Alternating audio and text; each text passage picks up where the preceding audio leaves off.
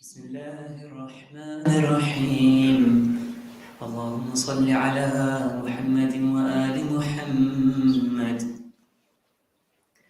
اللهم إني أسألك برحمتك التي وسعت كل شيء وبقوتك التي قهرت بها كل شيء وخضع لها كل شيء وذل لها كل شيء وبجبروتك التي غلبت بها كل شيء وبعزتك التي لا يقوم لها شيء وبعظمتك التي ملأت كل شيء وبسلطانك الذي على كل شيء وبوجهك الباقي بعد فناء كل شيء وبأسمائك التي ملأت أركان كل شيء وبعلمك الذي أحاط بكل شيء وبنور وجهك الذي أضاء له كل شيء. يا نور يا قدوس يا أول الأولين ويا آخر الآخرين. اللهم اغفر لي الذنوب التي تهتك العصام. اللهم اغفر لي الذنوب التي تنزل النقام. اللهم اغفر لي الذنوب التي تغير النعام. اللهم اغفر لي الذنوب التي تحبس الدعاء. اللهم اغفر لي الذنوب التي تنزل البلاء. اللهم اغفر لي كل ذنب أذنبته وكل خطيئة أخطأتها. اللهم إني أتقرب إليك بذكرك وأستشفع بك إلى نفسك وأسألك بجودك أن تغنيني من قربك وأن توزعني شكرك وأن تلهمني ذكرك.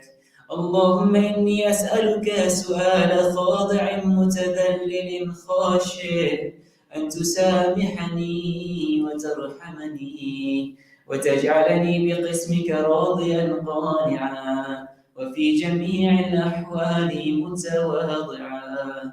اللهم وأسألك سؤال من اشتدت فاقته وأنزل بك عند الشتائد حاجته وعظم فيما عندك رغبته.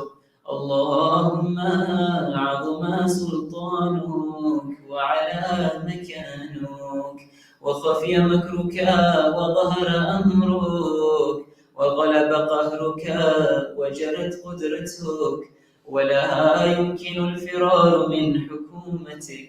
اللهم لا أجد لذنوبي غافرا ولا لقبائحي ساترا ولا لشيء من عملي القبيح بالحسن مبدلا غيرك. لا إله إلا أنت سبحانك وبحمدك ظلمت نفسي وتجرأت بجهلي وسكنت إلى قديم ذكرك لي ومنك علي. اللهم مولاي كم من قبيح سترته وكم من فاتح من البلاء أقلته وكم من عثار وقيته وكم من مكروه دفعته وكم من ثناء جميل لست أهلا له نشرته. اللهم عظم بلائي وافرط بي سوء حالي وقصرت بي أعمالي وقعدت بي أغلالي وحبسني عن نفعي بعد أملي وخدعتني الدنيا بغرورها ونفسي بجنايتها ومطالي. يا سيدي فأسألك بعزتك أن لا يحجب عنك دعائي سوء عملي وفعالي، ولا تفضحني بخفي من طلعت عليه من سري، ولا تعاجلني بالعقوبة على ما عملته في خلواتي من سوء فعلي وإساءتي ودوام تفريطي وجهالتي وكثرة شهواتي وغفلتي. وكن اللهم بعزتك لي في كل الأحوال رؤوفا، وعلي في جميع الأمور عطوفا. إلهي وربي من لي غيرك، أسأله كشف ضري والنظر في أمري. إلهي ومولاي، أجريت علي حكما اتبعت فيه هوى نفسي، ولم أحترس فيه من تزيين عدوي، فغرني بما أهوى وأسعده على ذلك القضاء، فتجاوزت بما جرى علي من ذلك بعض حدودك، وخالفت بعض أوامرك، فلك الحمد علي في جميع ذلك، ولا حجة لي فيما جرى علي فيه قضاؤك، والزمني حكمك وبلاؤك. وقد أتيتك يا إلهي بعد تقصيري وإسرافي على نفسي، معتذرا نادما منكسرا مستقيلا، مستغفرا منيبا، مقرا مذعنا معترفا. لا أجد مفرا مما كان مني، ولا مفزعا أتوجه إليه في أمري، غير قبولك عذري وإدخالك إياي في سعة من رحمتك. اللهم فاقبل عذري وارحم شدة ضري، وفكني من شدي وثاقي. يا رب ارحم ضعف بدني ورقة جلدي ودقة عظمي، يا من بدا خلقي وذكري وتربيتي وبري وتغذيتي. هبني لابتداء كرمك وسارف برك بي، يا إلهي وسيدي وربي، أتراك معذبي بنارك بعد توحيدك، وبعد من طوى عليه قلبي من معرفتك، ولهج به لساني من ذكرك، واعتقده ضميري من حبك، وبعد صدق اعترافي ودعائي خاضعا لربوبيتك. هيهات، أنت أكرم من أن تضيع من ربيت، أو تبعد من أدنيت، أو تشرد من آويت، أو تسلم إلى البلاء من كفيته ورحمت. وليت شعري يا سيدي وإلهي ومولاي، أتسلط النار على وجوه خرت لعظمتك ساجدا، وعلى ألسن نطقت بتوحيدك صادقا وبشكرك مادحا، وعلى قلوب اعترفت بإلهيتك محققا، وعلى ضمائر حوت من العلم بك حتى صارت خاشعة، وعلى جوارح سعت إلى أوطان تعبدك طائعا، وأشارت باستغفارك مذعنا. ما هكذا الظن بك، ولا أخبرنا بفضلك عنك يا كريم. يا ربي وأنت تعلم ضعفي عن قليل من بلاء الدنيا وعقوباتها، وما يجري فيها من المكاره على أهلها، على أن ذلك بلاء ومكروه، قليل مكثوه، يسير بقاؤه، قصير مدته. فكيف احتمالي لبلاء الآخرة وجليل وقوع المكاره فيها، وهو بلاء تطول مدته ويدوم مقامه ولا يخفف عن أهله، لأنه لا يكون إلا عن غضبك وانتقامك وسخطك، وهذا ما لا تقوم له السماوات والأرض. يا سيدي فكيف لي وأنا عبدك الضعيف الذليل الحقير المسكين المستكين؟ يا إلهي وربي وسيدي ومولاي، لأي الأمور إليك أشكو، ولما منها أضج وأبكي؟ لأليم العذاب وشدته، أم لطول البلاء ومدته؟ فلئن صيرتني للعقوبات مع أعدائك، وجمعت بيني وبين أهل بلائك، وفرقت بيني وبين أحبائك وأوليائك، فهبني يا إلهي وسيدي ومولاي وربي. صبرت على عذابك فكيف أصبر على فراقك؟ وهبني صبرت على حر نارك فكيف أصبر عن النظر إلى كرامتك؟ أم كيف أسكن في النار ورجائي عفوك؟ فبعزتك يا سيدي ومولاي أقسم صادقا، لئن تركتني ناطقا لأضجن إليك بين أهلها ضجيج الآمنين، ولأصرخن إليك صراخ المستصرخين، ولأبكين عليك بكاء الفاقدين، ولأنازعنك أين كنت يا ولي المؤمنين، يا غاية آمال العارفين، يا غياث المستغيثين، يا حبيب قلوب الصادقين، ويا إله العالمين. أفتراك سبحانك يا إلهي وبحمدك تسمع فيها صوت عبد مسلم سجن فيها بمخالفته، وذاق طعم عذابها بمعصيته، وحبس بين أطباقها بجرمه وجريرته، وهو يضج إليك ضجيج مؤمل لرحمتك، ويناديك بلسان أهل توحيدك، ويتوسل إليك بربوبيتك.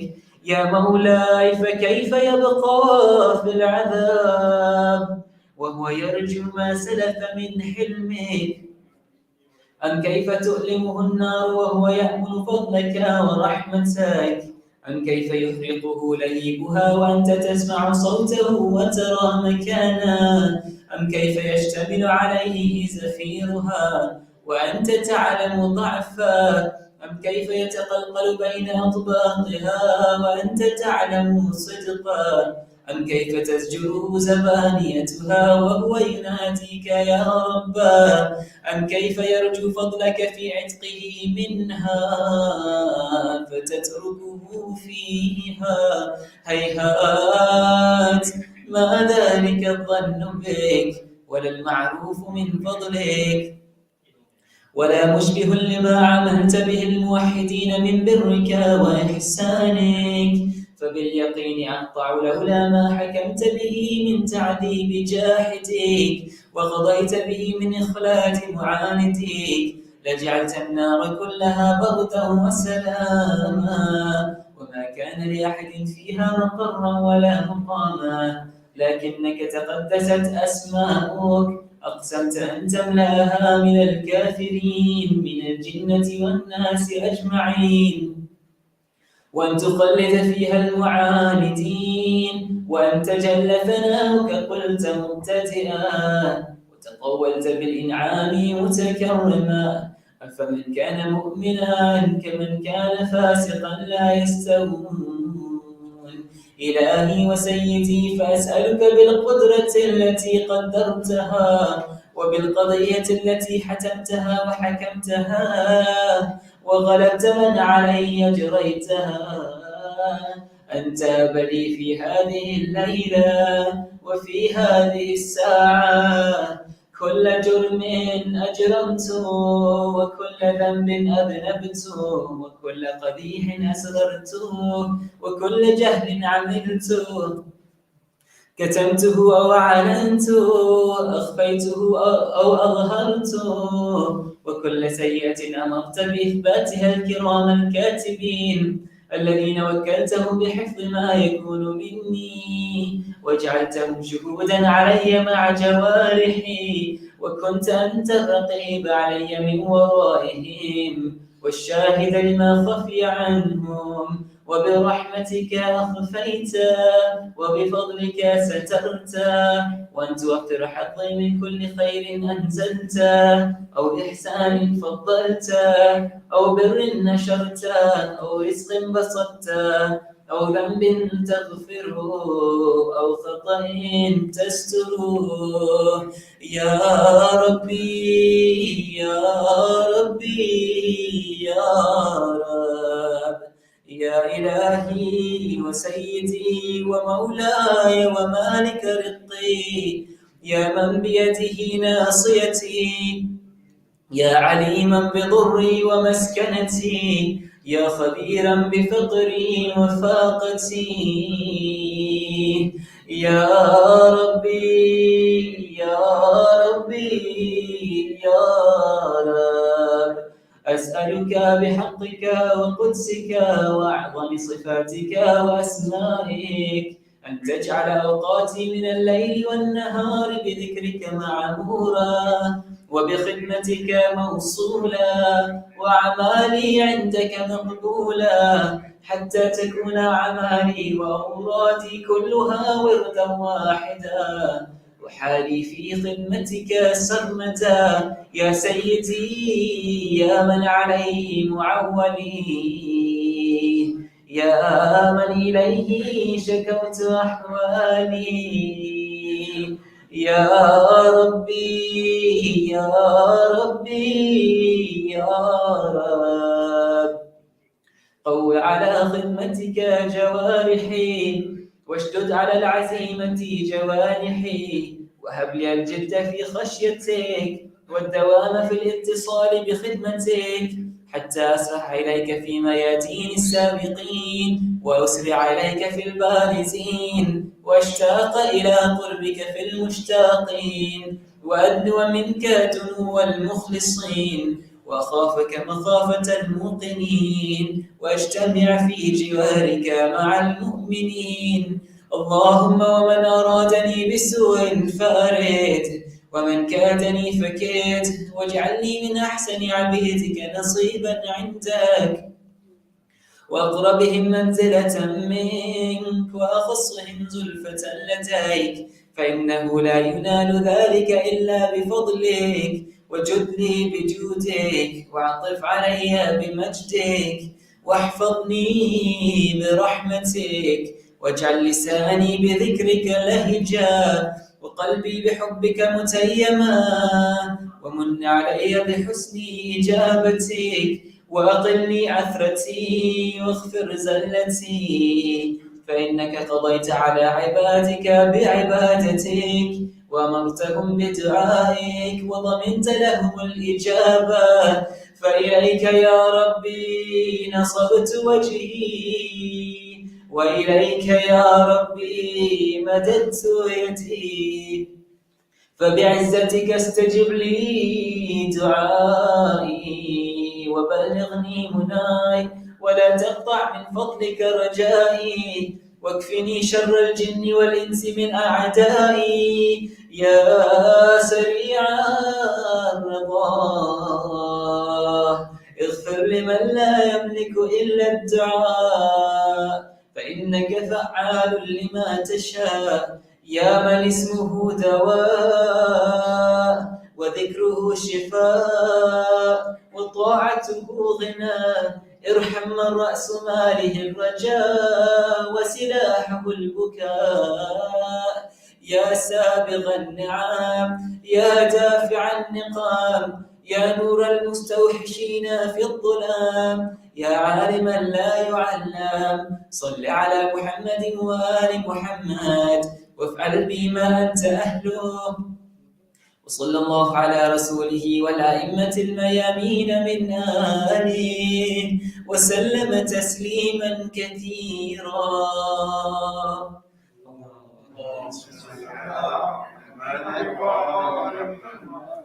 الفاتحة.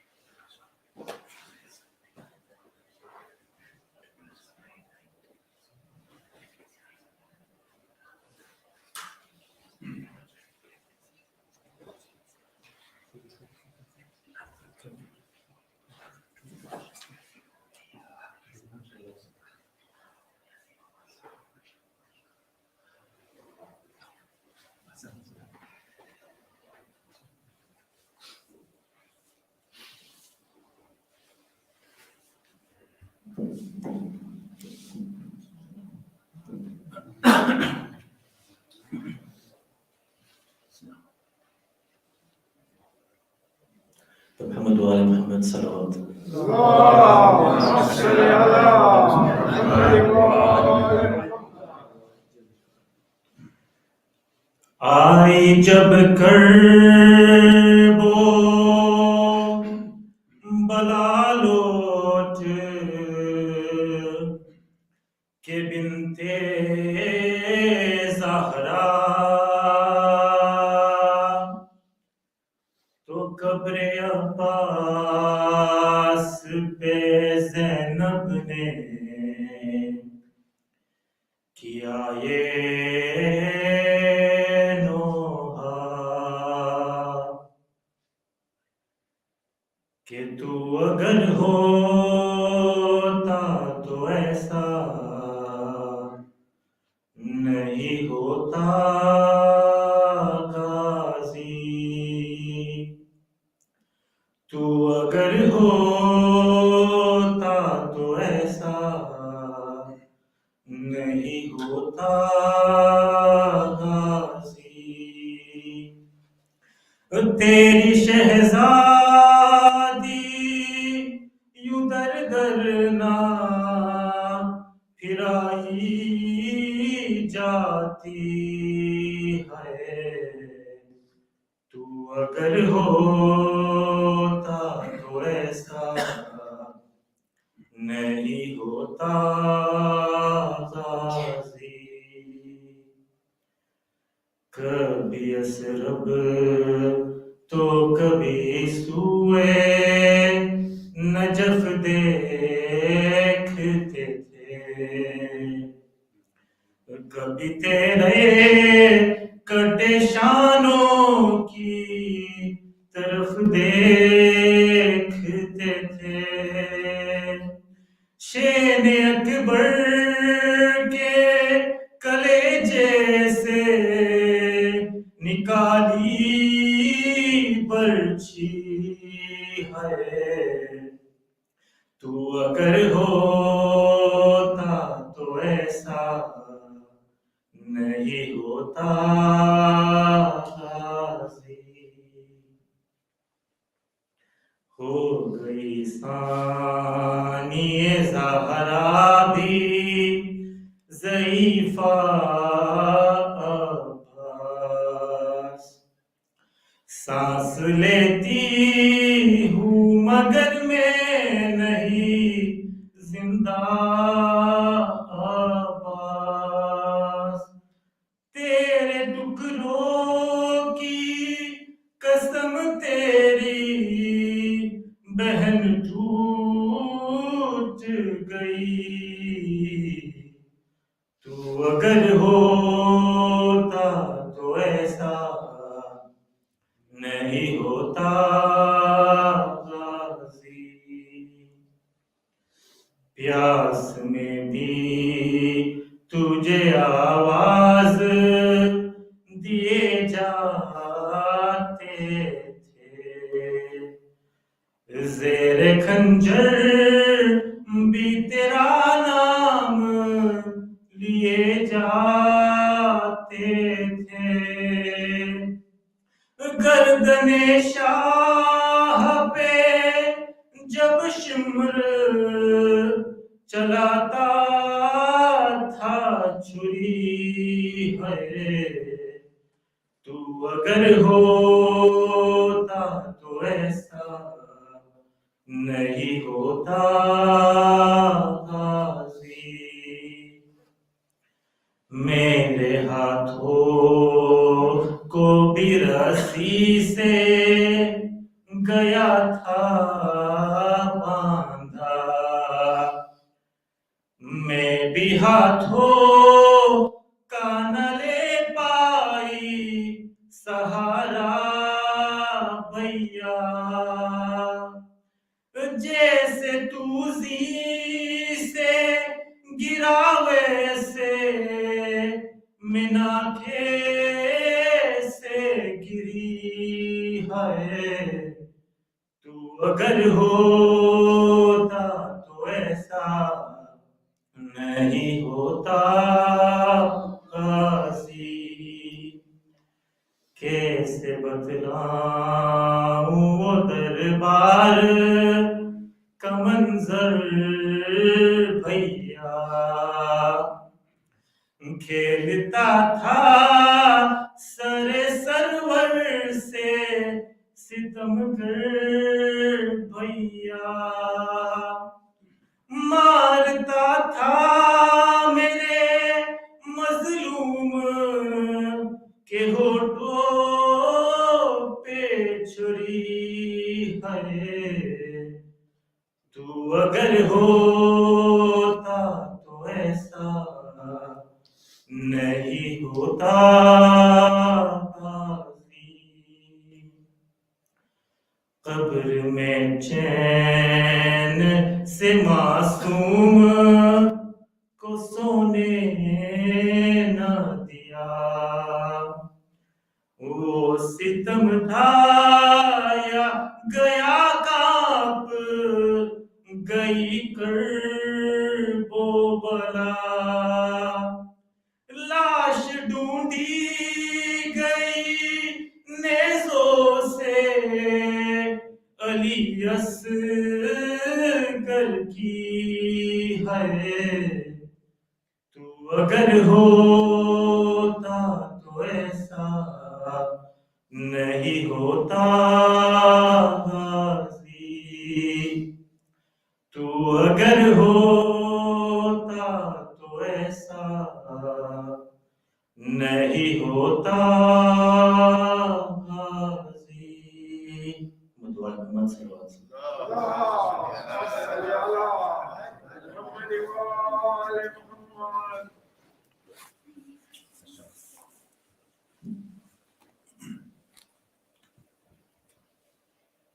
محمد وآل محمد صلوات۔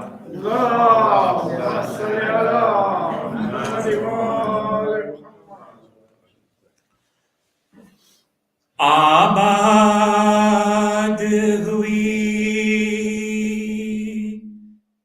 کرب و بلا، اجرا مدینہ برباد ہوئی میں، آباد ہوئی کرب و بلا، اجرا مدینہ برباد ہوئی میں، یوں حضرت زینب نے کہا، پیٹھ کے سینہ برباد ہوئی میں، ایک دن تھا کہ چادر میرے سر سے گری تھی،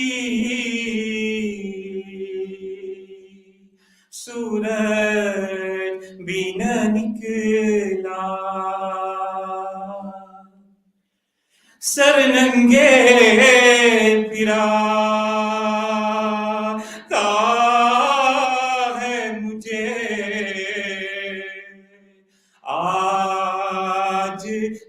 مدینہ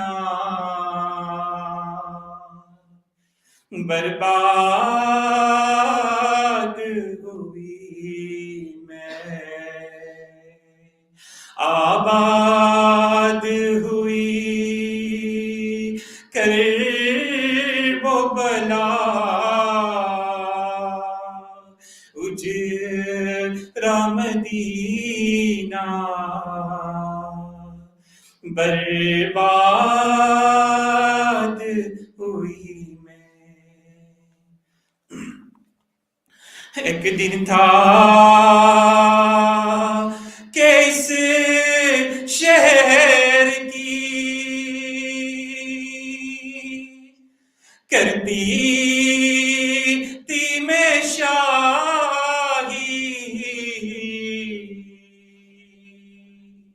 اور آج تباہی بے غسل پرا مہر نبوت کا نگینہ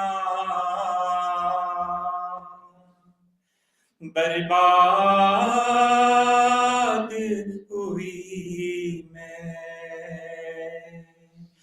آباد ہوئی کرب و بلا اجرا مدینہ برباد ہوئی میں۔ بائی موئے بیٹے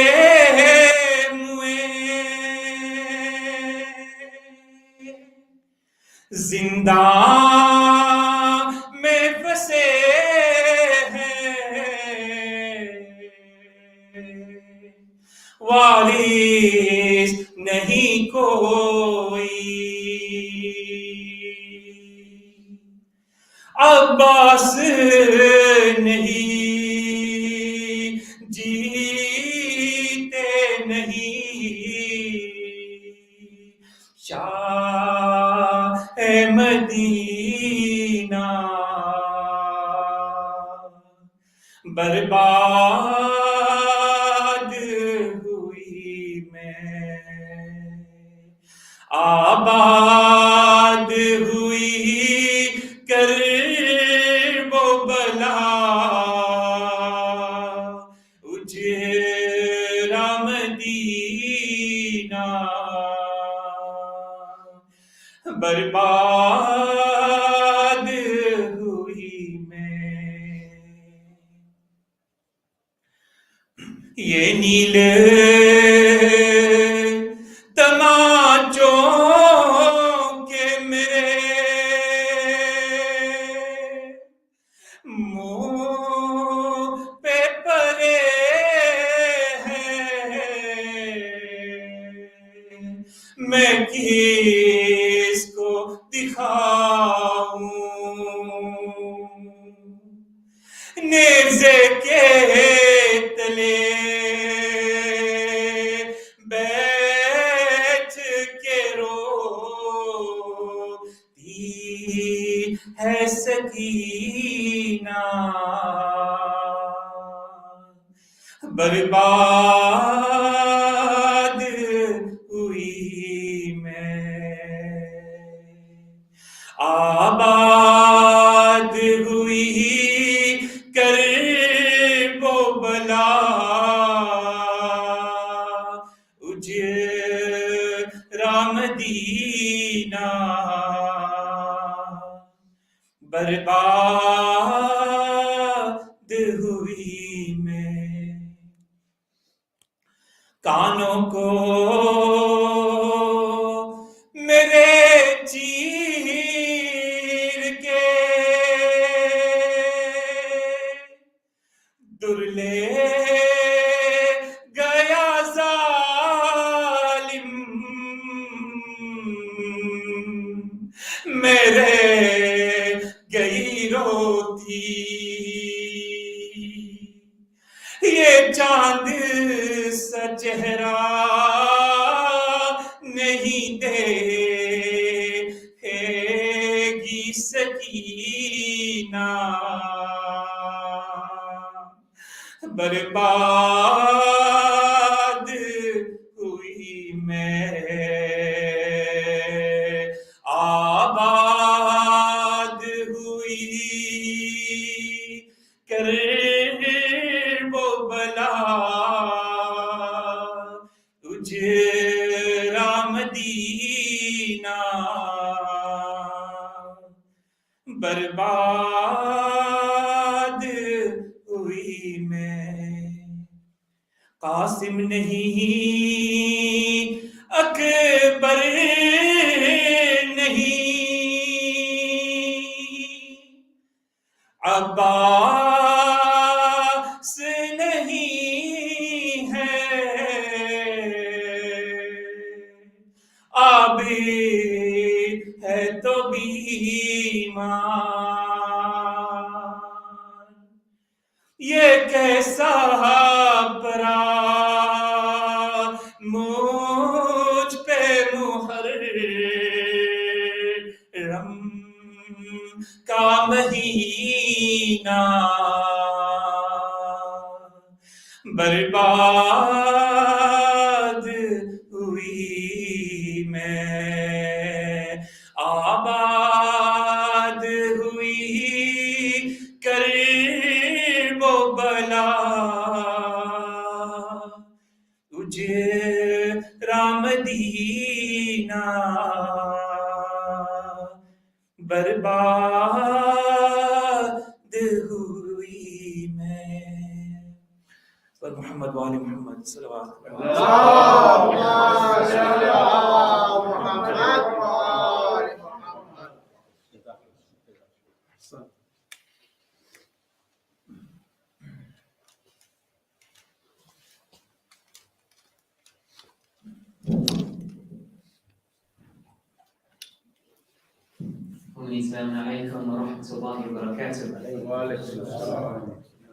May Allah increase the reward of all the mu'mineen for our grief in commemorating the musibah of Lady Zainab alayha salam and the trials that befell the family of Abu Abdullah alayhi salam. On behalf of the Al-Mahdi Health Committee, we thank those who have completed the Wessex Health Survey.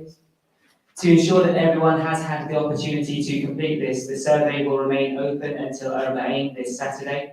If you haven't filled out the survey already, please kindly spare 5 minutes to do so that we can gain a valuable insight into the health needs, physical and mental health needs of Wessex Jamaat, inshallah. The link has been circulated by email and WhatsApp. You can contact Brother Ali Mesa Mahdi or Sister Masuma Huda or Sister Alicia Alana for any assistance required.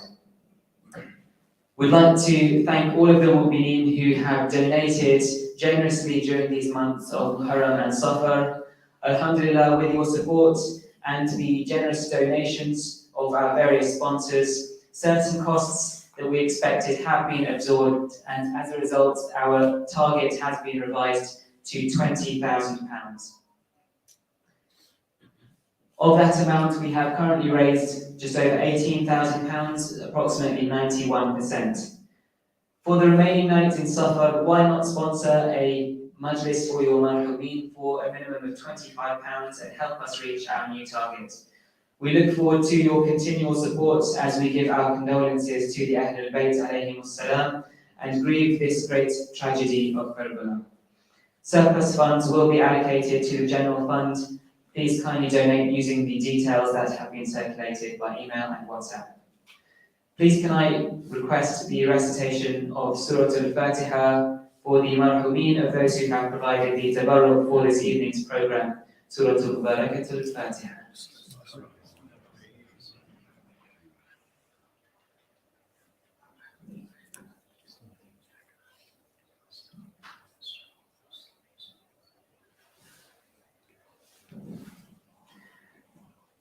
It has been reported that Imam Sajjad alayhi salam has said, "Whoever feeds a hungry believer, Allah will feed him with the fruits of paradise.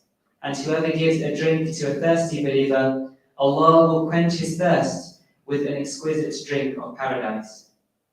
In order to provide the tabarruk at Wessex Jamaat, our tradition has always been that different families within Wessex Jamaat take turns on a rota to provide the tabarruk for the programs. On behalf of the chair lady, I'd like to request all families within Wessex, if you are not currently on the rota, do kindly consider joining the rota. For the convenience of mu'mineen, those providing tabarruk have the option to either bring in tabarruk from home or instead make a £25 donation so that some tabarruk can be purchased by the Jamaat. When bringing in tabarruk, we humbly request mu'mineen to avoid bringing the products of companies that are known to support injustices around the world so that we may remain socially responsible as a community. To join the rota, please speak to Auntie Nazni Huda or email chairlady@almahdi.org.uk. Can I kindly ask the mu'mineen to join me in welcoming for his second majlis of the series, Shaykh Mirza Abbas, with the recitation of 3 loud salawat ala Muhammad wa ali Muhammad. Allahumma salli ala Muhammad wa ali Muhammad. Allahumma salli ala Muhammad wa ali Muhammad. Allahumma salli ala Muhammad wa ali Muhammad.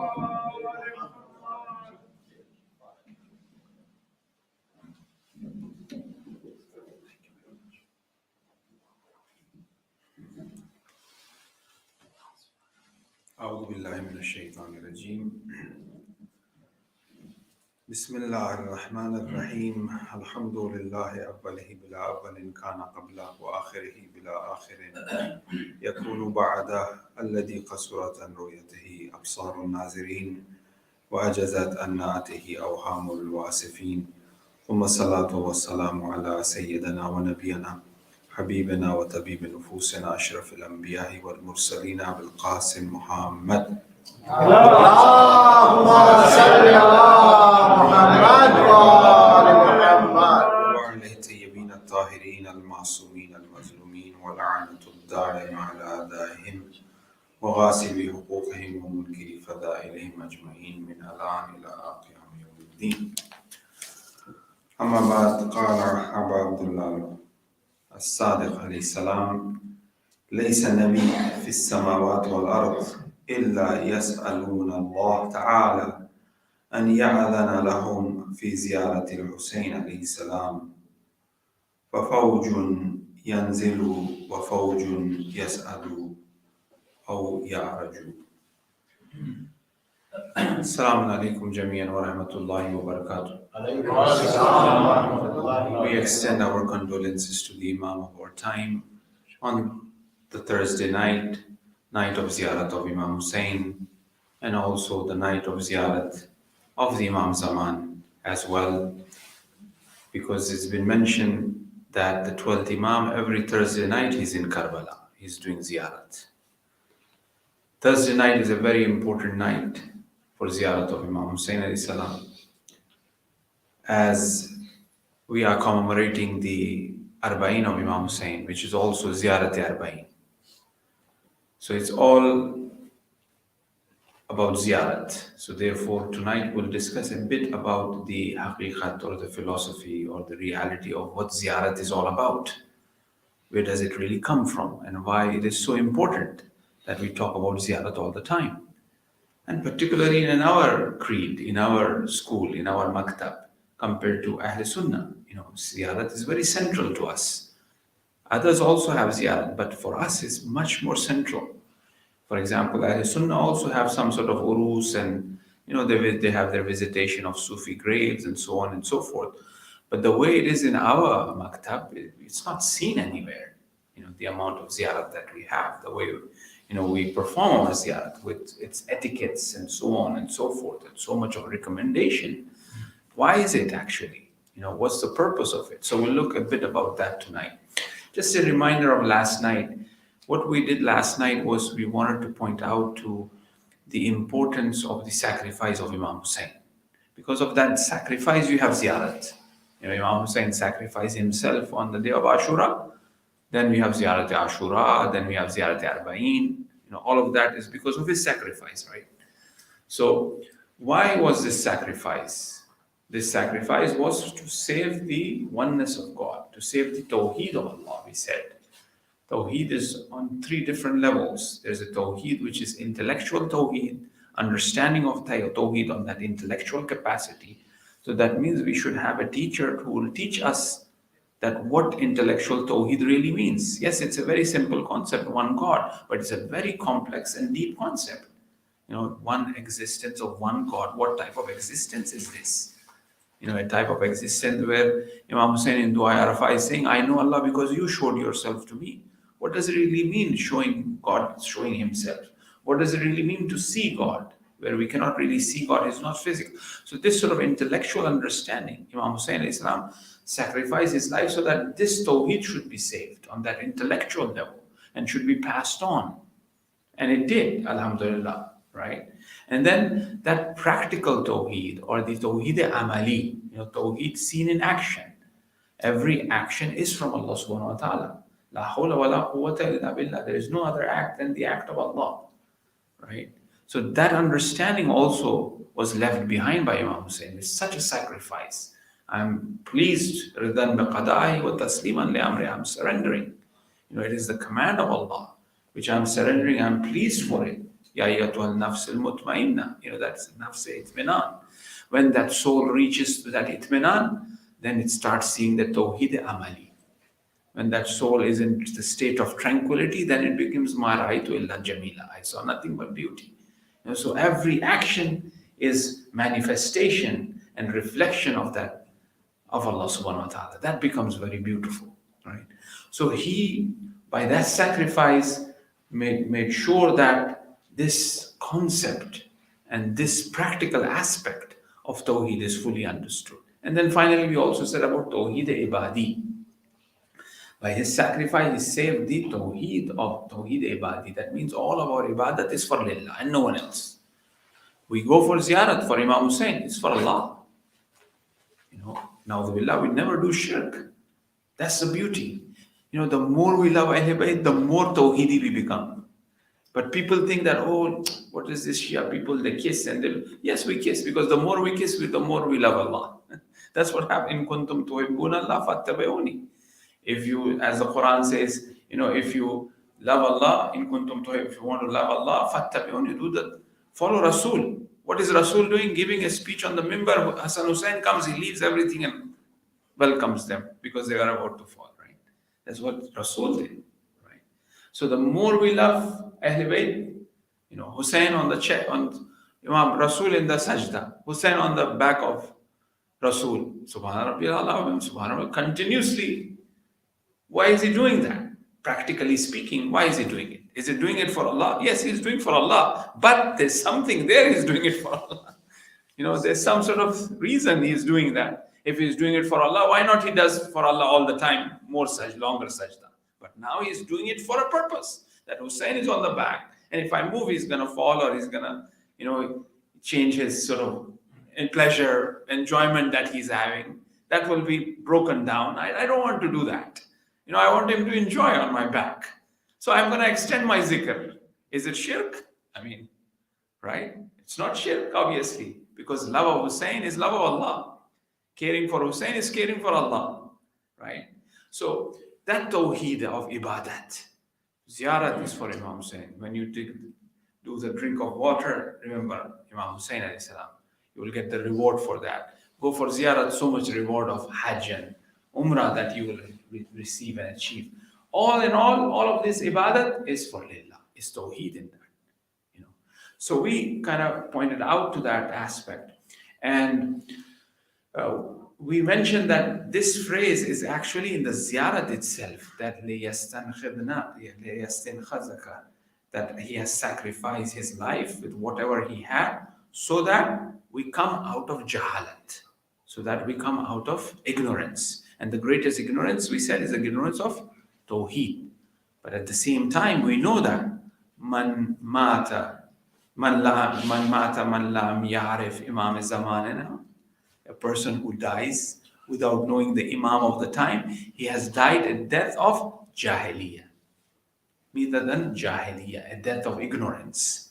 So now we are saying not knowing Tawheed is ignorance. The hadith is saying not knowing the Imam is also ignorance. Why? Because the Imams are the rukn of Tawheed. Wa arkana le Tawheedik. We recite in Ziyarat Jami Kabira, the Ahl Bayt are the arkan of Tawheed, the rukn of Tawheed. That means the Tawheed will not be completely understood unless or until we learn from Ahl Bayt alayhi salam. We have the ma'rifat of the Imam of the time. If we have the ma'rifat of the Imam of the time, that ma'rifat is the ma'rifat of Allah subhanahu wa ta'ala. You know, very quickly, one hadith, famous hadith, we discussed this earlier as well. Before leaving Imam Hussein from Medina, he says, Ya ayyuhan nas, lima khalaq Allah. Oh Allah, O people, Ya ayyuhan nas, lima khalaq Allah. Why Allah created the creation? Then he continues the sermon. He says, you know, he created the creation liya'rifuhu, so that the creation recognize Allah, right? And then when the creation recognizes Allah, they will worship Allah, so that one becomes self-sufficient from worshipping others. They should only worship Allah. Then a man stands up and says, Yabna Rasulullah, ma ma'rifatullah azza wa jal. Oh grandson of the Prophet, oh son of the Prophet, what is actually ma'rifat of Allah subhanahu wa ta'ala? Then he says the ma'rifat of Allah is the ma'rifat of the Imam of the time. So if we have the ma'rifat of the Imam of the time, then we'll have the ma'rifat of Allah subhanahu wa ta'ala. Right?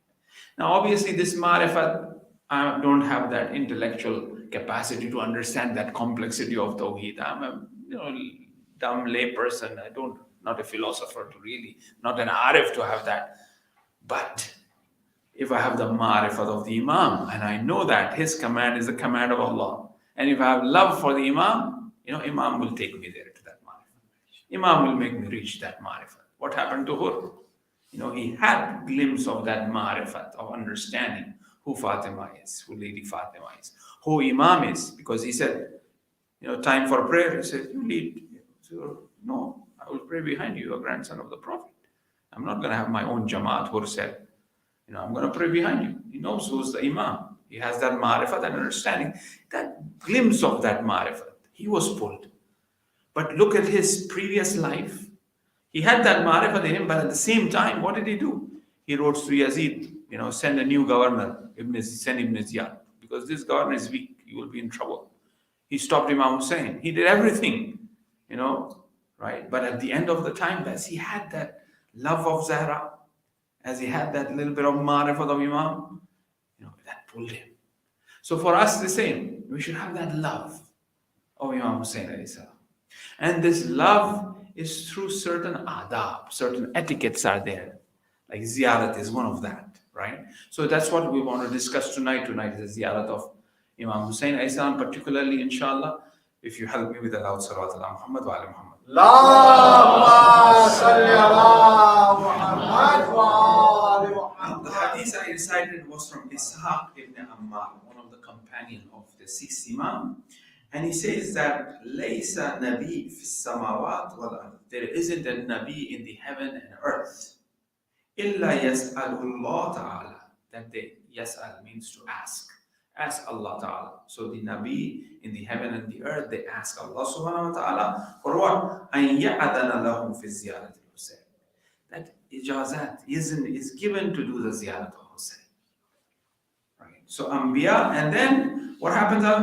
فَفَوْجٌ يَنْزُلُ وَفَوْجٌ يَسْعَدُ. A group comes for ziyarat, a group leaves. That's the place of Imam Hussein.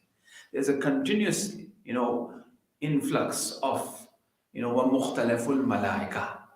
In Ziyarat al-Jama, we say مُخْتَلَف. مُخْتَلَف, it also means, مُخْتَلَف as a ikhtilaf, opposition kind of thing. But actually, ikhtilaf is like, me opposite to you, you opposite to me. So the angels are coming and going. This is ikhtilaf kind of, right? So that's the grave of Imam Hussein. And Ahl Bayt, particularly Imam Hussein, with al-Mawtur, as we said, right? So the Anbiya, the angels, they all come for ziyarat of Imam Hussein alayhi salam. Now, one more hadith, which I have the sanad here, and you may, say that, wow, this has a bit of a malangi smell to it. You know what I mean? Fragrance of malang is there. Well, I'm not saying that. It's Imam Sadiq alayhi salam in a very beautiful hadith to Safwan and Jamaat. We know Safwan and Jamal. Jamal had come from Jamal, camels. He used to rent camels out. That's why his name was Safwan and Jamal. And then here, هل لك في خبر Hussein, in this hadith which says that, which says that Safwan and Jamal, as Imam Sadiq says, Yabna Rasulullah, he asked, do you do ziyarat of Imam Hussein? He said, he's far. How will I do ziyarat of Imam Hussein? Then Imam Sadiq alayhi salam says, وَكَيْفَ لَا أَزُورُ? How will I do ziyarat? Then he says, وَاللَّهُ يَزُورُ فِي كُلِّ لَيْلَةٍ جُمْعَةٍ. This is a bit heavy, and only a Shia, a follower, a lover will understand and can interpret. See, the lovers of Ahlul Bayt have been given special heart, right? That expansion of the heart have taken place. Alam nashra laka sadrak. And they have that capacity to reflect and understand the intensity of these narrations, of these concepts. And understanding of these concepts will not disrupt their tawheedi understanding. Their understanding of the nature of oneness of God. What does that really mean? It doesn't destroy that. Because they have a special, it requires a special heart to understand that. Like for our du'as, for instance, that are there, the ziyarat that is there, and Ahlul Bayt have prepared us as well, in order that we are not blind by the attributes or by the things that have been mentioned in regards to Ahlul Bayt. That's why when you recite Ziyarat al-Jami' Kabira, it is recommended to recite 100 times Allahu Akbar before reciting. So that tawheed should not be sort of disrupted in any way possible. So here the hadith says, Wallahu yazuru fi kulli laylat Jumu'ah. Allah does Ziyarat of Hussein every Thursday night. What does this really mean? In another hadith it says, you have the proof as well, that when you do Ziyarat of Imam Hussein, perhaps it is particularly to Ziyarat Arba'in, it is like visitation of Allah on its arsh. On the throne is a visiting Allah actually. That much sort of recommendation in regards to Ziyarat of Imam Hussein alayhi salam. Right? Inshallah, we'll look at why in a bit. Then Allah yazuru, Allah does that ziyarat. يَحْبُطُ مَعَ الْمَلَائِكَةِ إِلَى الْأَنْبِيَاءِ وَالْأَوْصِيَاءِ. He comes down with the malaika, with the angels, for doing ziyarat of Abu Abdullah on a Thursday night. Right? وَمُحَمَّدٌ أَفْضَلُ الْأَنْبِيَاءِ وَنَحْنُ أَفْضَلُ الْأَوْصِيَاءِ. And the Prophet Muhammad, who is the Afzal al-Anbiya, comes, and we who are the awliya, the awsiya, we also go do the visitation of Imam Hussein on every Thursday night. Now obviously when it says Allah comes for ziyarat, doesn't mean that na'uzubillah, is a physical way, the way we are doing ziyarat. It's actually pointing out to the manifestation of special barakat, of special blessings and of existence from Allah subhanahu wa ta'ala. That presence is there on a Thursday night in the Haram of Abu Abdullah Hussein. They're very unique and special. Right? So that's how powerful Ziyarat of Abu Abdullah Hussein Islam, particularly on a Thursday night, is. Look what Imam Hussein did. Right? They say Hussein gave everything for Allah, for the sake of Allah. Everything what he had, everything. In return, Allah will give everything what the Zawar of Hussein wants. Right? Because sincerely, Imam Hussein performed that sacrifice. Right? Now, a bit about Ziyarat itself. Let's reflect a bit about Ziyarat itself. Sallallahu Muhammad wa Muhammad. Allah salli ala Muhammad wa ali Muhammad. It's about 9:20. I started at 9 o'clock. I was watching. We started late, a little bit. So now Ziyarat itself, there are two times the meaning of Ziyarat used in the Quran. Two times only, from the root word of Zawara Yazur, right? As in Ziyarat, the word itself, the root word Zawara or Ziyarat, have used only to Alhaakumut Takasur, Hatta Zurtumul Maqabir. In Surah Muttaqasur, Zurtumul Muqabir, till you do the ziyarat of the graves. That word ziyarat is used here once. In another verse, the word ziyarat is used at a time where وَتَرَى الشَّمْسِ إِذَا طَلَعَتْ تَزَاوَرُوا عَنْ كَهْفِهِمْ. The Ashab Kahf were sleeping in the cave, and then the the ziyarat of the Shams is done or is seen, right? That it goes to the right in the morning and left in the evening. This is in Surah Kahf. If you help me with the salawat, I will give you the exact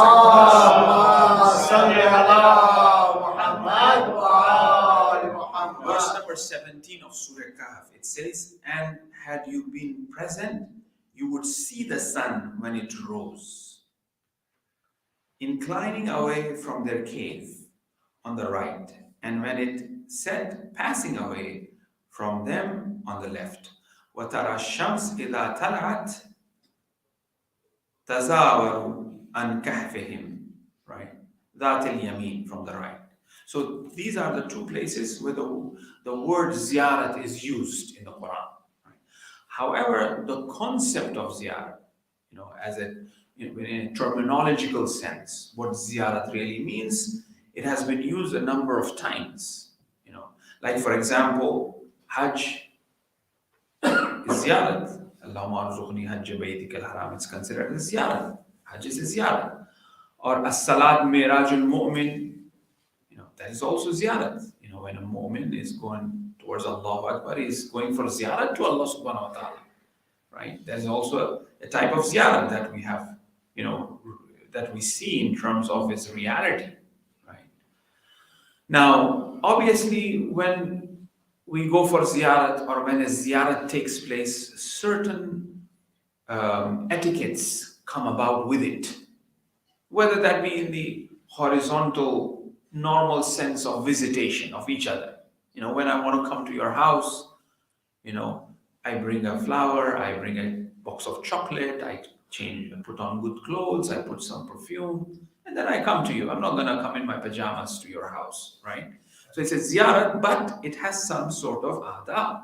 Obviously, when in the worldly dunyavi sense, it has some etiquettes which actually reflects the morality of that person, in terms of how sharif, how good this person is, and at the same time, how much he has sense, of that ziyarat. Obviously, when he's going to a house for a visitation, for giving condolences, he's not going to wear, red flashy clothes and so on and so forth, obviously, right?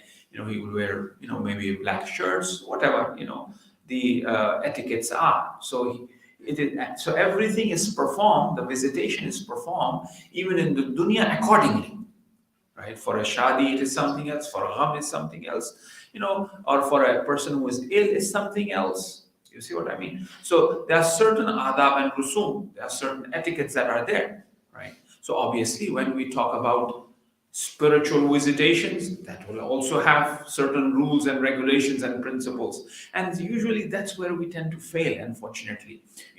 Especially they when they want to criticize religion and deen, they say, oh, what is this? Allah is everywhere, you can pray this way, you can pray that way, why do you have to make wuzu? Why the religion is in the heart and you connect to Allah that way? No, why you have to do 5 times a day and repeat the same thing again, alhamdulillah, and this and that? Well, have you ever asked why every day sun rises and why every day sun sets? It's doing every day. The sun rises every day, the sun sets every day. Nobody questions why it should rise every day and why it should set every day. When you are praying 5 times a day, they say, why do you do it so much 5 times a day? Right? And the routine that we brush every day, we eat every day, we drink every day, we use the restroom every day. Nobody questions why you are doing that. But when it comes to the religious actions or acts, Allah have asked us to say, why is this? Why is that? Questions comes about there, criticism comes about there, right? So therefore, when it comes to etiquettes being followed for a ziyarat, there are certain etiquettes that we follow in the worldly sense. Then obviously on a higher priority, those etiquettes will be there, And once again, these visitations of ours bring about certain blessings, certain amount of emotional love, attachment, brotherhood, sisterhood, all of these things comes about, with this visitation. When in this physical world, horizontal relationship, these things comes about, obviously with a spiritual visitations, a higher form of reality will come about. There's no doubt about it. When this dunyavi visitation is bringing good, obviously the spiritual visitations will bring much, much greater. That's why when we look at, for example, Hajj and Arafah and all of that, so much of reward there, right? Let's recite one salawat ala Muhammad wa ala Muhammad. Allahumma salli ala Muhammad wa ali Muhammad. I'll just mention one little thing in the margin, so that we kind of, it may be off the topic, but we are talking about visitation. One of the things that the shaitan would try to do at the end of the time is to marginalize relationships in the world. And that's what we are seeing. Any sort of relationship. And there's a verse in the Quran which says that shaitan will try to marginalize relationships in Akhir Zaman. And this is his kind of like last sort of trick or tool to deviate people, right? In olden days, if you realize how relationship used to be strong, how people used to be strong in their words and keeping their words, right? You may have heard our grandfathers and great grandfathers. They will just used to be a story they used to say. They will pull hair from their mustache and they will give that and they say, "This is my word," right? And they will stick to that word, right? It will be because it's an honor. They used to have big mustaches. They used to write. Remember that, right? So the mustache was considered as an honor for men. Whether that be Iran or it's like an Eastern thing. It was Iran as well. It's the same thing as well, right? Anyway, Salawat ala Muhammad wa ala Muhammad.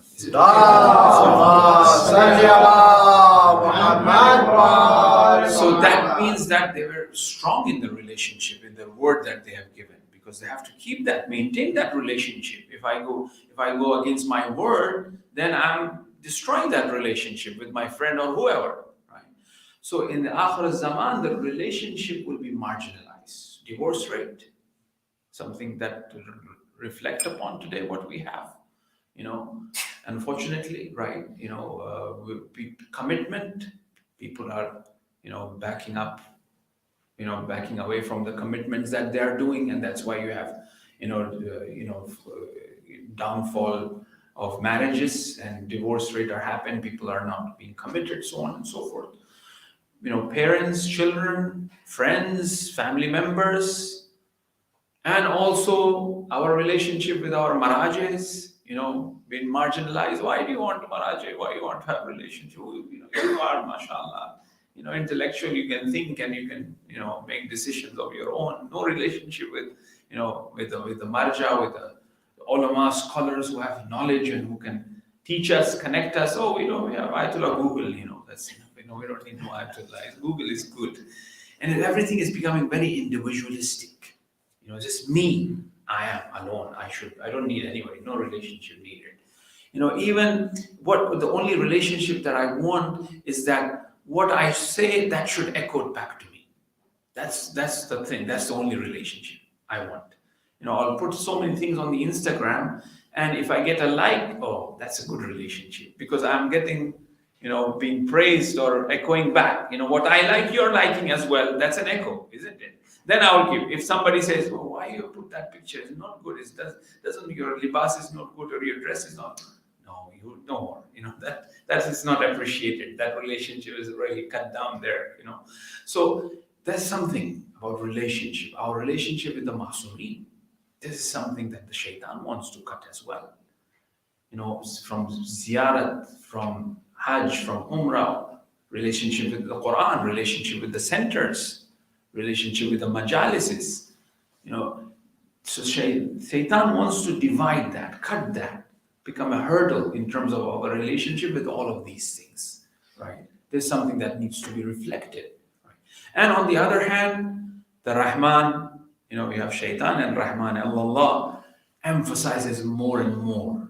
And those who have that sort of, what you call ear or that heart, they are pulled towards that, right? That's why we find Ziyarat Arba'in.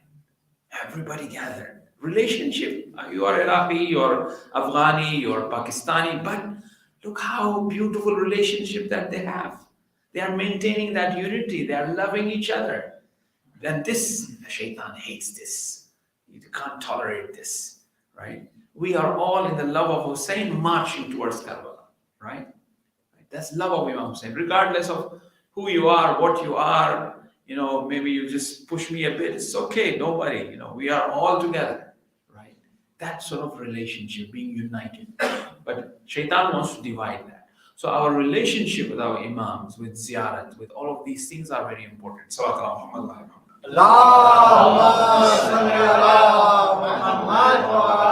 So all of this relationship has its own etiquettes to be followed. The relationship that I have with my father, with my friend, with my wife, with my children, with my neighbor, with my Imam Jamaat. There are certain etiquettes that we follow. For ziyarat, the same thing. In order to do ziyarat of, for example, salat, we do wudu before that. We do that ziyarat, salat Mirajul Mu'min, that is a visitation, right? Or for Hajj as well. Now, not only that, there are certain prior etiquettes to be followed, and there are certain etiquettes that is followed later on as well. And both have blessings and barakah, and the ziyarat itself. How beautiful is salat, that we are visiting Allah. How beautiful Hajj, that we are visiting the house of God. Okay, I do visitation of Hajj. I go look at the Kaaba. I visit. What do I have to do? I need to put ihram. Okay, I'm not just going to put ihram and sit in the hotel. No, I have to go to tawaf. Okay, when I do tawaf, I have to do Safar Marwa. Okay, when I do tawaf, I will pray 2 rak'ah behind Maqam Ibrahim. When I do that, I have to do Safar Marwa. Okay, after that, so there are certain things one after the other that I need to carry it out. But we should not be lost in these actions. We have to keep that in mind. We have to keep that in mind as well. We should perform these actions sincerely and to its best. But at the same time, not to forget the real maqsad, the real purpose of all of these actions, which is visitation. Right? So for doing it, there are certain prior prerequisites, certain actions, which itself brings so much of barakah. Wudu itself, it's wajib to perform, but just performing a wudu is ibadat, right? Or for example, the intention of going for ziyarat, seeing the Baytullah, Umrah, so on and so forth itself, or every step that we take, have a reward for it. When you are going for ziyarat, every step you're taking is a reward for it. You do the ghusl, you do the dua, and so on and so on. And then after that as well, for example, after you finish the ziyarat, there are certain taqibat, there are certain recommendations, mustahabbat. For example, for ziyarat of Abu Abdullah or Masumin, we recite 2 rak'ah prayer, which is actually a gift from the Imam to us, which we return back to him as a gift, right? Because, like for example, when I visit somebody who is senior, elderly, when I go visit, say Assalamu alaikum, in return the older person, the elder person says Wa alaikum salam, khush raho, shadabad, or give something extra, right? Do a dua, that respect, right? That is something that I get. So when I go do the ziyarat, what do I get? I get to do sajda to Allah, right? When I'm doing ziyarat, this 2 rakat ziyarat prayer that I'm supposed to do. This is a gift. Now, the person I'm visiting, the Imam I'm visiting, he is making me do extra sajdas. He's making me perform sajdas. He's connecting me to God. That's tawheed. This visitation, this ziyarat is connecting me to God. He's asking me to seek forgiveness. He's asking me to do sajda. So when I perform that, I say, okay, I give this to the Imam, to the Mawla. And the Prophet have said that whosoever visits us and or the Ahl Bayt, we will visit them on the Day of Judgment. Right? Whosoever visits us for purpose of visitation, because it's one of the rights of the Imams, Masumin, on our shoulder, on our neck, that we should pay tribute to them, we should visit them. Right? And they say we will visit them. And as a matter of fact, when the Quran is a clear concept, when a person is shaheed, he's not dead, he's alive. Right? When the person is alive, he listens with us, and that's what we recited in the dukhul. You'll hear us, you listen to our kalam, you return our jawab, and all that in the dukhul we recite. So when you give salams to the imam gives wa alaikum salam, the imam replies. It really needs that ear, that heart. They say Arab Bahauddini, a great scholar, when he used to visit the imam, the eighth imam in Mashhad, he would just put his head down, go very close, give salams, recite ziyarat, and really leave. He will not stop on every door like how we do. We kind of do like that, one courtyard, two courtyard, and Mashhad Haram is really big. One door, two doors. They ask him, why you don't do that? He said, I just go give salams, I listen. Every door I say salam alaikum, salam alaikum. Imam is have to say wa alaikum salam, wa alaikum salam. It's like from here, I say salam alaikum brother, and then I say salam alaikum brother, and then salam alaikum brother. You'll be saying, what is this? So many salams is good, but so he says that I just don't want to bother him. I go give him salams, he says wa alaikum salam, I turn and I leave. I don't want to bother him. That's the reason. So the imam replies. Shaykh who is buried in the minaret of Amirul Mu'mineen, Muqaddas Ardabili, they say when he used to give salams to the imam will reply to his salam. He'll give that jawab to him. Right? They would listen to that. So therefore, this visitation brings about barakah and blessings to us. And the imam connects us to that tawheed, to the higher level. Right? This now, one last aspect of this visitation of the imam, like as we said, there are certain etiquettes and certain things required in us. Like I said, a person should have some intellectual capacity. When he is going to visit a person who is ill, he will take those things. Now, what is required? It says, Ya yatwal nafsil mutmainna. It requires a nafs that is full of itminan. Visitation to Allah requires that. Our prayers should have that nafs mutmain. Then that visitation is a great visitation. Fadkhuli fi ibadi wadkhuli radiyatan mardiya. And our host, we are the guest, and our host is also radi, is pleased with us, right? So our prayers, our Hajj visitation, and the visitation to the imam as well, right, requires that sort of itminan on us. Towards that person that we are visiting. That is required. And we will explore a bit tomorrow. The time is not allowing us. And that is visitation of an imam is actually visitation of the representative of God who was on earth, who walked on earth, and who was representing all of the qualities of Allah subhanahu wa ta'ala.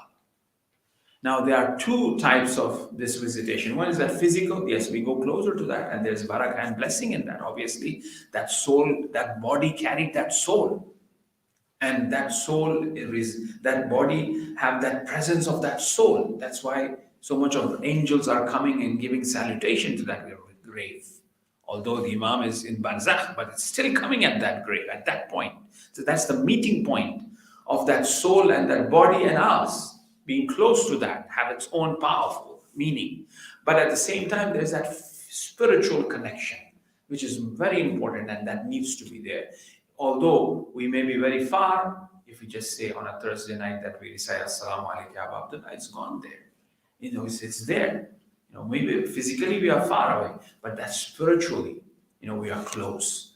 And this is something that we always need to remind ourselves of, that when we go for ziyarat, the haram is there, the zari is there, we are very, very much kind of in that spiritual sort of mood and crying, and we feel that presence, and we don't want to turn our back, and we kind of respectfully leave.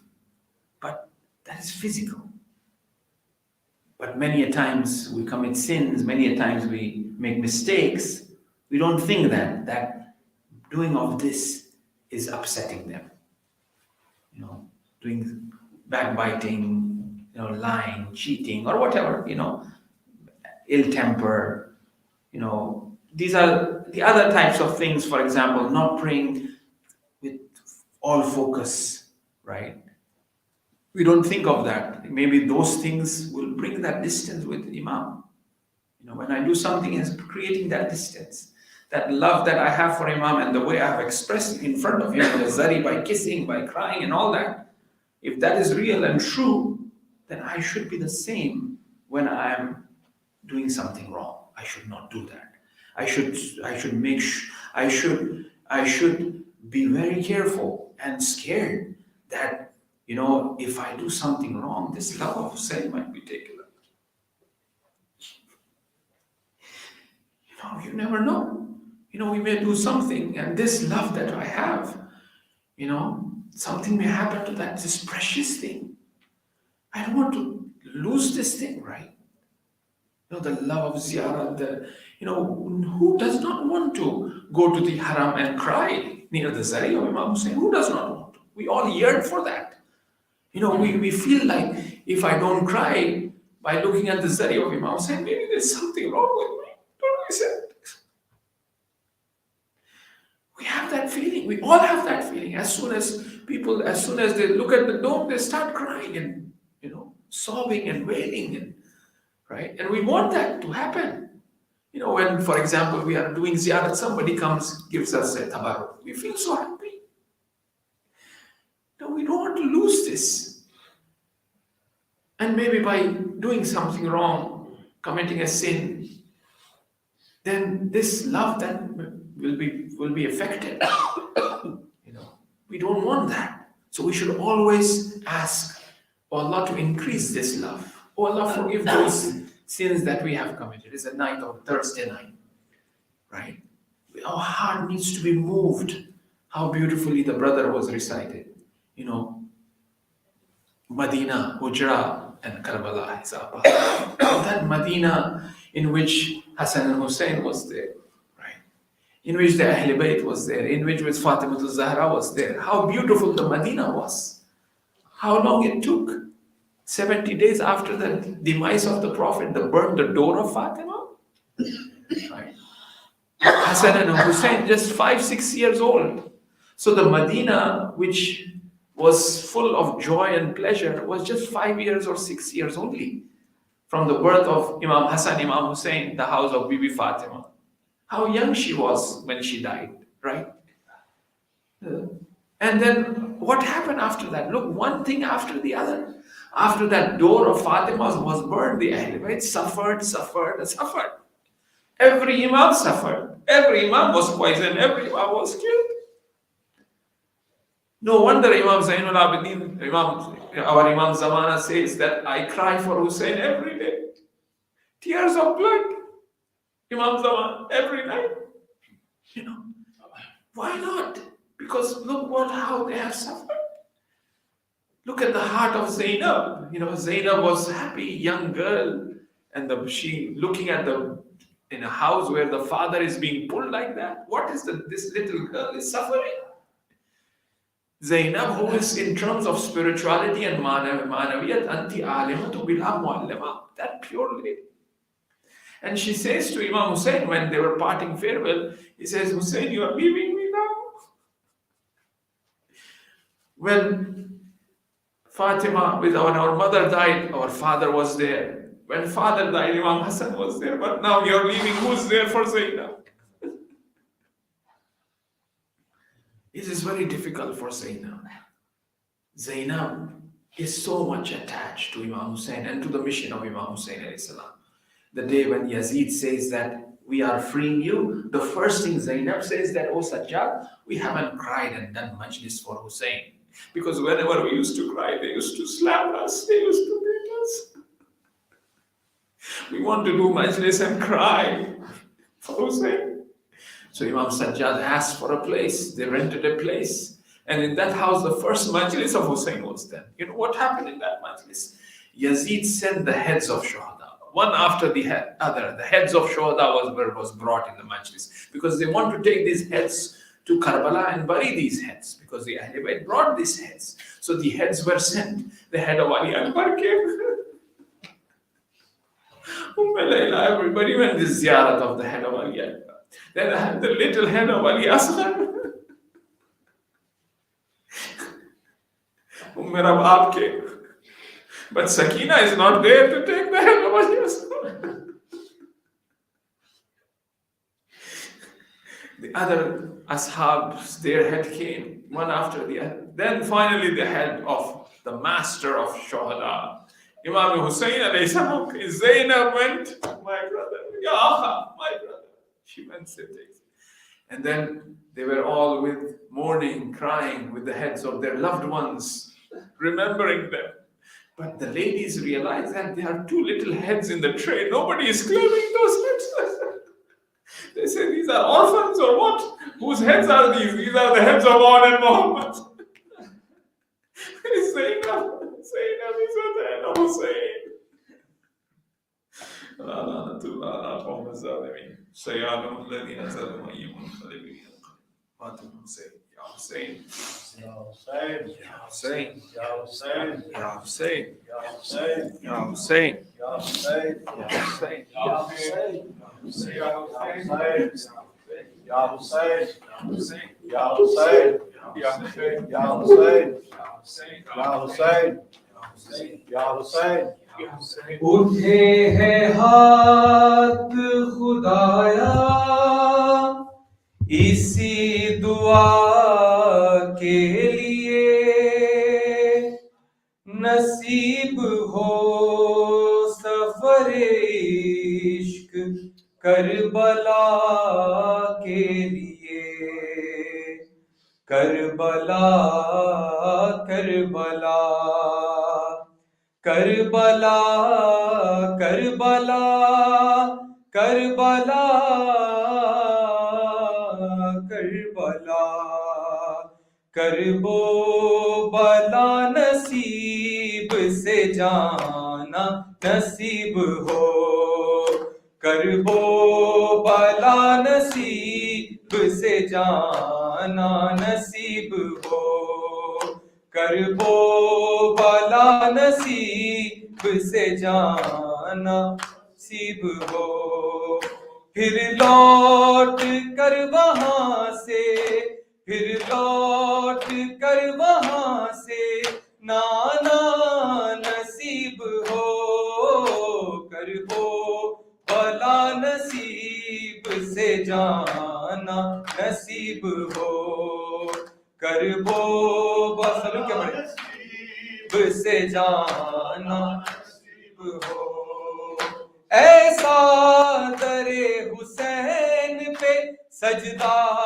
ہو آخری ایسا در حسین پہ سجدہ ہو آخری پھر مجھ کو اپنا سر نہ اٹھانا نصیب ہو کربو بلا نصیب سے جانا نصیب ہو کربو بلا نصیب سے جانا نصیب ہو آنسو گرے تھے بالی سکینہ کے جس جگہ آنسو گرے تھے بالی سکینہ کے جس جگہ اپنا وہاں پہ خون بہانا نصیب ہو کربو بلا نصیب سے جانا نصیب ہو کربو بلا نصیب سے جانا نصیب ہو یہ کہے کہ شاہ نکلے مزار رسول سے یہ کہے کہ شاہ نکلے مزار رسول سے پردیس میں کفن مجھے نانا نصیب ہو کربو بلا نصیب سے جانا نصیب ہو کربو بلا نصیب سے جانا نصیب ہو اصغر ہے میرے ہاتھ بندے کہتی تھی رباب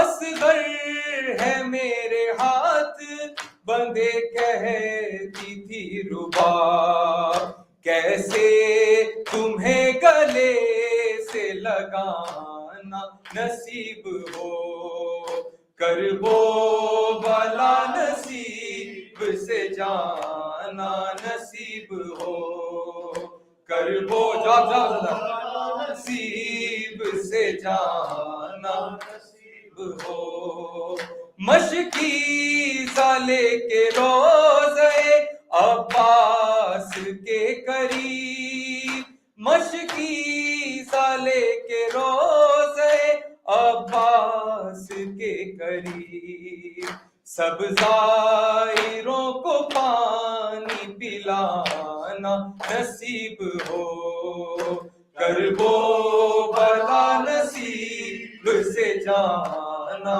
نصیب ہو کرب و بلا نصیب سے جانا نصیب ہو سجاد شام تک یہی کرتے رہے دعا سجاد شام تک یہی کرتے رہے دعا چادر مجھے بھی اوڑھانا نصیب ہو کرب و بلا نصیب سے جانا نصیب ہو کرب و بلا نصیب سے جانا نصیب ہو پھر لوٹ کر وہاں سے پھر لوٹ کر وہاں سے نانا نصیب ہو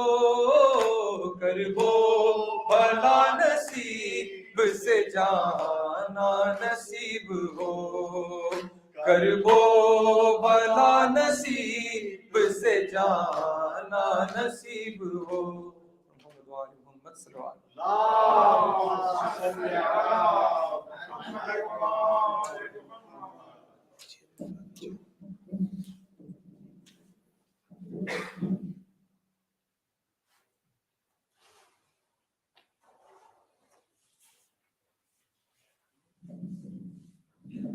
السلام علیکم یا عباد اللہ السلام علیکم یا رسول اللہ السلام علیکم یا امیر المومنین و سید المرسلین السلام علیکم یا فاطمة الزہراء سیدۃ النساء العالمین السلام علی الحسین وعلی علی ابن الحسین وعلی اولاد الحسین وعلی اصحاب الحسین جميعا ورحمۃ اللہ وبرکاتہ السلام علیکم یا غریب الغرباء السلطان ابو الحسن مولانا علی بن موسى الرضا كن شفيعنا وشفيع والدينا في يوم الجزاء ورحمة الله وبركاته السلام عليك يا مولانا يا صاحب العصر والزمان السلام عليك يا خليفة الرحمن السلام عليك يا شريك القرآن السلام عليك يا قابة الإيمان السلام عليك يا إمامي وإمامي الإنس والجان أجل الله تعالى فرجك وسخر الله تعالى مخرجك وزهورك ورحمة الله وبركاته اللهم صل على محمد وعلى محمد